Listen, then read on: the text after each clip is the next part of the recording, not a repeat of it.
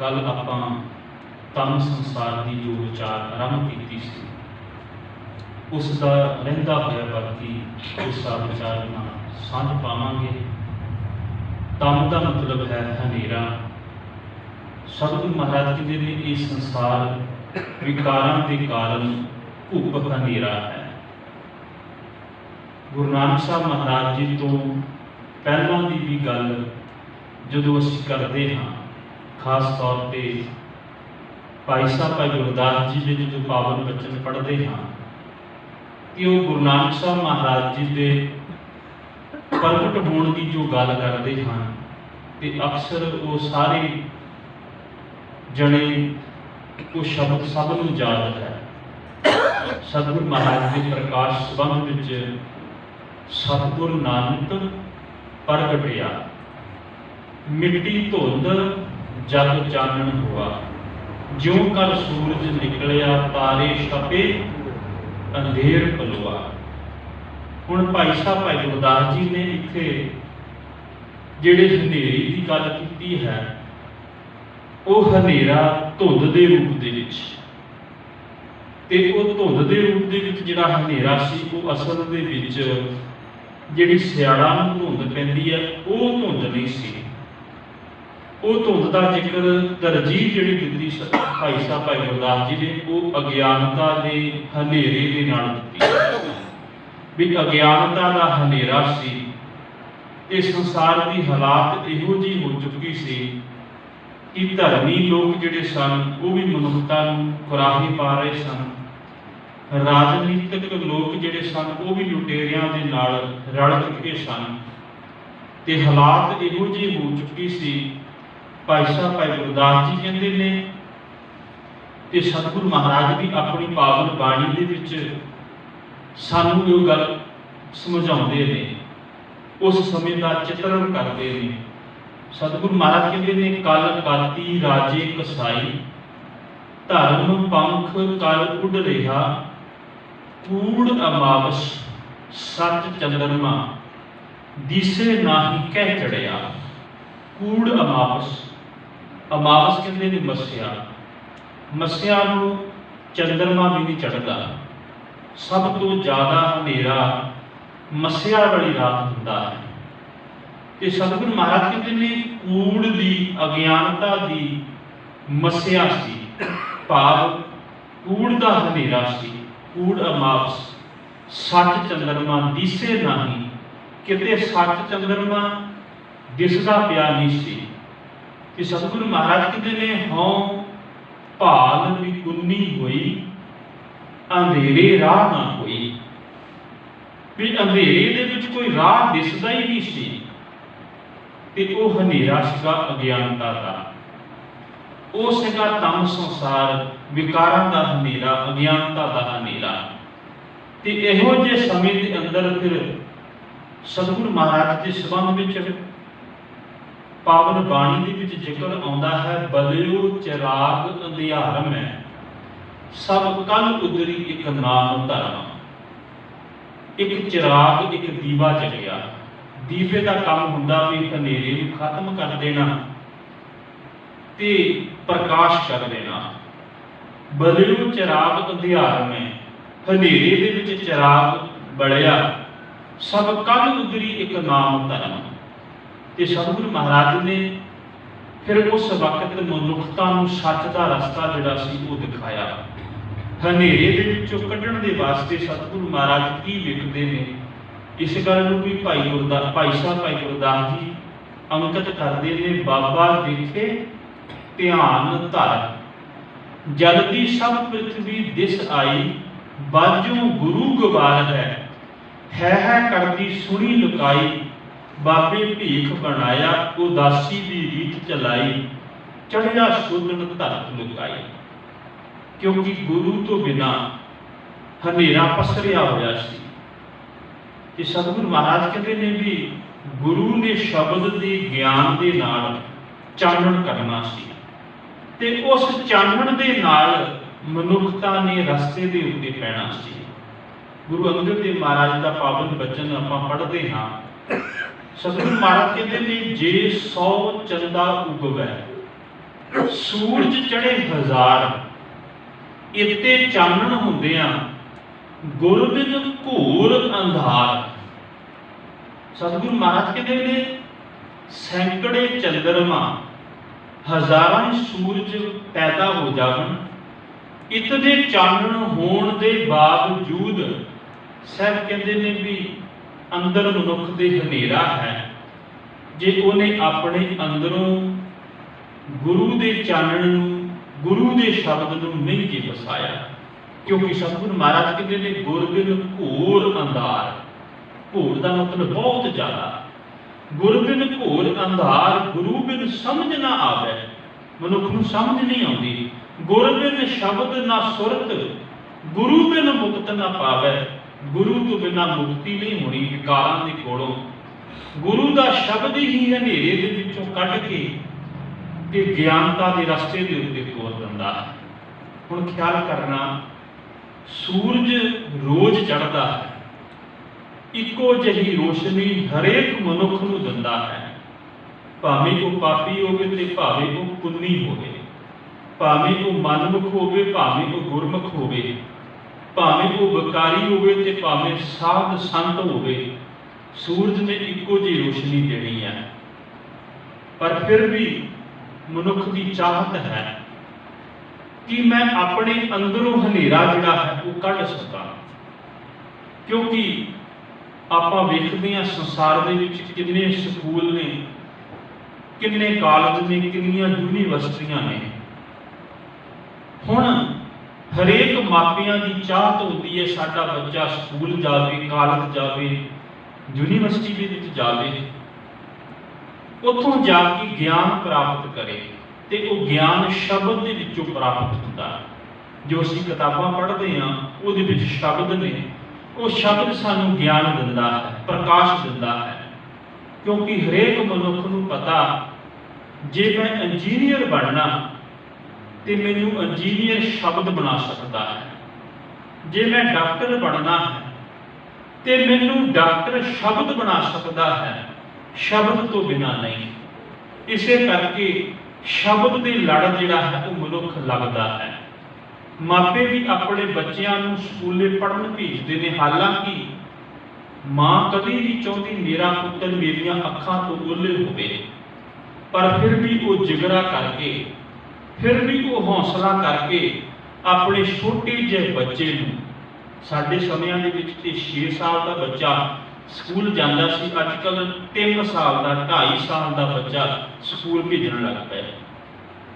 2.5-3 साल के बच्चे नूं स्कूले भेजना कितना जिगरे की गल है, क्योंकि बच्चा अनजान है, ना उन्होंने चंगी तरह रहना आता है इस उम्र के विच, ना चंगी तरह अपनी क्रिया सुधनी आती है।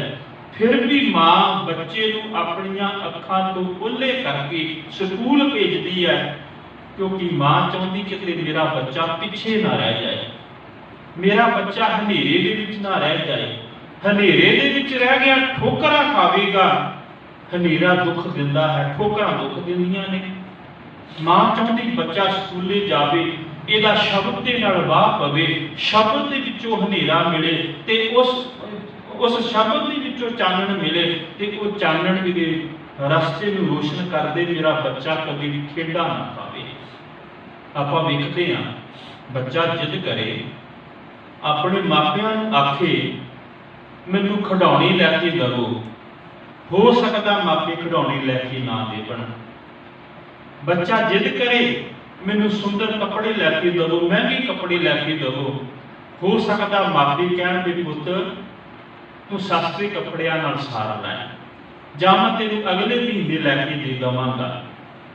बच्चा खाना की मंग करे, किसी पदार्थ की मंग करे, हो सकता मां कहती है कि तू आ नहीं आ सस्ती चीज खा के गुजारा कर लै। पर ख्याल करना, जदों किते बच्चा किताब की मंग करता है, स्कूल दे विच जरूरत की चीज़ की मंग करता, फिर मापिया ने कभी ये नहीं किया भी पुत तू सस्ती जी किताब ले ला ते सार ला। कभी नहीं कहते मापे, कहते तू किताब लै जिन्नी महंगी है, जिन्नी उसकी कीमत है लै, तू पढ़, तू तरक्की कर। क्योंकि उन्होंने भी पता है शब्द की कीमत है। पहला भी एक दिन सारे पाई सी कीमत कापियां की घट होती है, कीमत किताबां की वध होती है। आकार सारे पक्ष तो इको जिहियां होंदियां ने। कापी खाली होंदी है, किताब दे विच अखर होंदे ने, वो अखर ही सानू रोशनी दिंदे ने, चानण दिंदे ने। जिहड़ा इस शब्दां नूं अपनी जिंदगी विच ग्रहण कर लैंदा, संसारक तौर पर स्कूल के अध्यापकों, स्कूल के टीचरां की दित्ती सिक्ख्या नूं ग्रहण कर लैंदा, वो दुनियावी तौर पर बड़ी उचाई पर पहुँच जाता। जिहड़ा अध्यात्मक तौर पर गुरु के शब्द नूं घुट के पल्ले दे विच बन लैंदा, सत जाणियो वो अंतर आत्मे चानण हो जाता, अध्यात्मक तौर पर वो अमीर हो जाता। शेख सादी ने एक बड़ी प्यारी गल अपनी पुस्तक दे विच लिखी है। उन्हें जिक्र किया भी मिस्र शहर के दो अमीर घराने के पुत्र वो आपस दे विच दोस्त बन गए, कट्ठे पढ़े, दोस्त बन गए, अमीर दोने सन। हुण वो दोस्त बड़े हुए, एक उन्हां दे विचों स्कूल दे विच बड़े वधिया नंबर लैके अगे स्कूल यूनीवर्सिटियां दे विचों पढ़ के बड़ा बड़ा विद्वान बन गया। पर उसका दूसरा दोस्त वो भी है तो अमीर सी, पर वो पढ़ बहुता ना सकिया, पर अपनी तीखण बुद्धि के नाल वो राजा बन गया, राज सिंघासन तक पहुंच गया, वो राज प्राप्त हो गया। हुण जिहड़ा ते बनिया सी विद्वान, ओदी लोग तारीफ करते हैं, ओदी सिफत करते हैं, ते वो सिफत वो तारीफ उसे दोस्त जिहड़ा राजा उहदा बनिया उहदे कन्नां तक भी पहुंच गई। हुण अपनी दोस्त की तारीफ सुन के उन्होंने ईर्खा हो गई, ईर्खा हुई, इतनी बढ़ गई ईर्खा कि वो जवान ते आके एक दिन अपने दोस्त नूं सद के भरे दरबार दे विच कह दिता, कहण लगा, देख आपां इकट्ठे ही स्कूलों दे विच पढ़े, अज मैं किस मुकाम के उत्ते पहुँच गया, मैं कितना अमीर बन गया, मैं राजा बन गया, मेरा हुक्म प्रजा के उत्ते चलदा, पर तू मैनूं लगता भी तू गरीब हो गया, अगे नालों भी तू गरीब हो गया, तेरे कोलों धन दौलत घट गया है। वो जिहड़ा विद्वान दोस्त सी ना, कहण लगा भी सज्जणा, मेरे उस्तादा ने सिखाया भी किसी की इज्जत नूं रोलना नहीं है, किसी की इज्जत नूं उच्चियां चुकना है, पर लोग गुमराह ना हो जावन। जो गल तू भरी सभा दे विच कह दित्ती है, उसका उत्तर मैनूं देना पड़ेगा। उस विद्वान दोस्त ने एक गल कही, कहण लगा, देख दोस्त, जिहड़ा तू राजा बनिया है ना, वो राजा बनने के पिछे देख किन्नियां तू लोकां नूं तंग कीता, किन्ने लोकां नूं तू दुख दिता, किन्नी तकलीफ दित्ती, फिर तू राजा बन गया। दूजी गल, जितने तू लोकां दीयां लोड़ां ने, प्रसादा पानी आदि कपड़े पहनने, उन्नियां को तेरियां लोड़ां ने, इन्नियां को तू पूरियां करता है। बाकी तो तू चौकीदारी करता है, तेरे को सब कुछ है, तो बाकी चौकीदारी करता, उन्नियां को वस्तुआं तू जिहड़ियां ने वरत सकता है। तीजी गल भी जिहड़ा तू वस्तुआं इकट्ठियां कीतियां ने ना, एक दिन छड्ड के तू चला जाना है। चौथी गल भी तैनूं हमेशा डर बनिया रहिंदा है भी मेरे इस धन दौलत नूं कोई लुट के ना लै जाए, मेरे इस धन दौलत नूं कोई खो के ना लै जाए, कोई डाका ना पै जाए। नाले तैनूं डर बनिया रहिंदा भी मेरे खजाने किते घट ना जावण, क्योंकि जिवें जिवें लोकां विच वंडूगा वो घटणगे। कहण लगे, ये तेरा हाल है, पर मेरे वल वेख, मैं किसी नूं दुख दे के, मैं किसी नूं तकलीफ दे के विद्वान नहीं बनिया। मेरी शोभा हुंदी है, लोग करते हैं ते अपने मन दे विचों करते हैं, कोई ईर्खा दे नाल जां किसी डर भै दे नाल नहीं करते, वो मेरे तारीफ करते हैं, दिलों करते हैं। दूजी गल, मैं जिथे भी जाना मैं अपने ज्ञान के नाल रोशनी दिंदा, किसी को दुख नहीं दिंदा, किसी को ठोकर नहीं दिंदा, क्योंकि अज्ञानता ठोकरां दिंदी है, परंतु ज्ञान जिहड़ा वो रस्ता चानण कर दिंदी है। ते ख्याल करना कहन लगा बई तीजी गल बई मेरा जिहड़ा ज्ञान है ना, वो मैं किते भी चला जावां, भावें इस देश दे विच चला रहां, भावें किसी होर देश दे विच चला जावां, मेरे ज्ञान की कदर कीमत जिहड़ी है ना, जिन्नी इत्थे है उन्नी उत्थे पेगी, क्योंकि ज्ञान कभी घटदा नहीं। चौथी गल, तेनू खजाने घटन का डर है ना, मैनू खजाने घटन का कभी डर नहीं। मैं जिन्ना ज्ञान अगे वंडदा, वो ज्ञान उन्ना ही वध फैलदा जांदा है। एक नूं दसदा, एक बंदा अगे दस दिंदा, अगे दस दिंदा, ये खजाना ज्ञान का कभी घटदा नहीं। ये ज्ञान का खजाना हमेशा ही वधदा जांदा है। ये सच जाणियो जिहड़े शब्द दे नाल जुड़ जांदे ने, वो ज्ञान प्राप्त कर लैंदे ने, और शब्द के राही ही ये सच जाणियो, शब्द की रोशनी दे विच ही मनुख नूं सुख है। आपां वेखदे हां घर दे विच एक छोटा जिहा बच्चा है, एक उहदी मां है, वो रात के वक्त लाइटां जग रही ने, मां रसोई विच है ते बच्चा कमरे दे विच है। अचानक बत्ती चली जाती है, बत्ती जाती, बच्चा छोटा है, वो घबराउंदा है। हुण ध्यान देना, बच्चा उसे कमरे दे विचों आवाज़ लाउंदा अपनी मां नूं, मां की कन्नां दे विच शब्द पैंदे ने, आवाज़ पैंदी है, और रसोई दे विचों ही आवाज़ दे दिंदी है, पुत डर ना, मैं तेरे कोल आ जांदी हां। सबंध काहदा बनिया? शब्द दा। शब्द नूं सुन के जिथे बच्चा सी उत्थे मां चली गई, शब्द ने सुख दे दिता, डर नहीं दे दिता।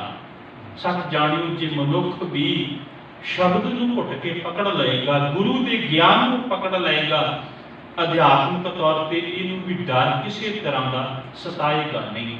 सतगुरु महाराज कहते ने, अंधेरे दीपक चाहिए, एक वस्त अगोचर लई है, वस्त अगोचर पाई, घट दीपक रिहा समाई। हनेरे दे विच दीपक की लोड़ है, दीवे की लोड़ है, ते उस दीवे दे नाल मनुख नूं चानण हो जाता है। धन गुरु रामदास महाराज जी के चरणों के विच दो सिख आए, उन्होंने सिखा का नाम से विधि चंद ते महानंद। महानंद ते विधि चंद गुरु रामदास महाराज को कहने लगे, सतगुरु दाते तुसीं कहंदे हो भी आपे की पहचान करो। हुण आपे की पहचान किवें करिए? सानूं ढंग नहीं, सानूं तरीका नहीं, सानूं ते आपे की पहचान इस गल दे उत्ते आ कि असीं खत्तरी हां, असीं इस घराणे दे विच जम्मे हां। सानूं आपे की पहचान आ भी साडे आ माता पिता ने, आ साडी अगे औलाद है, आ साडे शरीक संबंधी ने, आ साडा पिंड है, आ साडा नाम है। सतगुरु महाराज मुस्कुरा के कहने लगे, सजना ये बाहरी तौर पर पहचान है, ये बाहरी तौर पर पहचान है। जे तू अंदरूनी तौर पर पहचान करनी चाहता तो फिर तेरे की करना पएगा, मन तू जोत स्वरूप है, अपना मूल पछाण, मन हर जी तेरे नाल है, गुरमती हर रंग मान। मन नू समझा कि ये जोत स्वरूप है, ते इस जोत स्वरूप वो परमेश्वर की अंश है, ते वो अंश जदों तेनू मिलाप कर देगी फिर सुख ते आनंद बढ़ जाएगा। सतगुरु महाराज ने उन्होंने गुरु की सिखा यही गल समझाई भी अध्यात्मिक तौर पर अपने मूल की पहचान कर, ते ख्याल करना ये मूल की पहचान जिहड़ी है ना, ये शब्द सानू समझाता है, ये सानू शब्द ज्ञान दिंदा है। ते मनुख हनेरी पक्ष दे विचों उजाले पक्ष दे विच, भाव चानण दे पक्ष दे विच केवल शब्द दे राही ही आ सकता है। शब्द ही मनुख नूं हनेरे दे विचों कढ के चानण पक्ष दे विच दे सकता है। ये सत जाणियो, जिवें पहला बेनती कीती सी, चानण मनुख नूं सुख दिंदा है, हनेरा मनुख नूं दुख दिंदा है। ਹੁਣ ਅਸੀਂ ਸੋਚਣਾ ਅਸੀਂ ਜੀਵਨ ਦੇ ਅੰਦਰ ਦੁੱਖ ਲੈਣਾ ਜਾਂ ਸੁੱਖ ਲੈਣਾ। ਜੇ ਸੁੱਖ ਲੈਣਾ ਤੇ ਸ਼ਬਦ ਦੇ ਨਾਲ ਜੁੜ ਜਾਈਏ। ਇਹ ਸੰਸਾਰ ਵਿਕਾਰਾਂ ਦਾ ਹਨੇਰਾ ਭੁਗਤ ਹੈ, ਇਹਦੇ ਵਿੱਚ ਗੁਰੂ ਦਾ ਸ਼ਬਦ ਚਾਨਣ ਦੇ ਕੇ ਸਾਨੂੰ ਸੁੱਖ ਦੇ ਸਕਦਾ ਹੈ। ਸਭ ਨੂੰ ਕਿਰਪਾ ਕਰੀ ਅਸੀਂ ਸ਼ਬਦ ਦੇ ਨਾਲ ਜੁੜ ਜਾਈਏ। ਵਿਚਾਰਾਂ ਦੀ ਸਾਂਝ ਕਰਦਿਆਂ ਹੋਈਆਂ ਨੇ ਗੱਲਾਂ ਕੀਮਾ ਫਤਿਹ ਪ੍ਰਵਾਨ ਗੁਰੂ ਜੀ। ਵਾਹਿਗੁਰੂ ਜੀ ਕਾ ਖਾਲਸਾ ਵਾਹਿਗੁਰੂ ਜੀ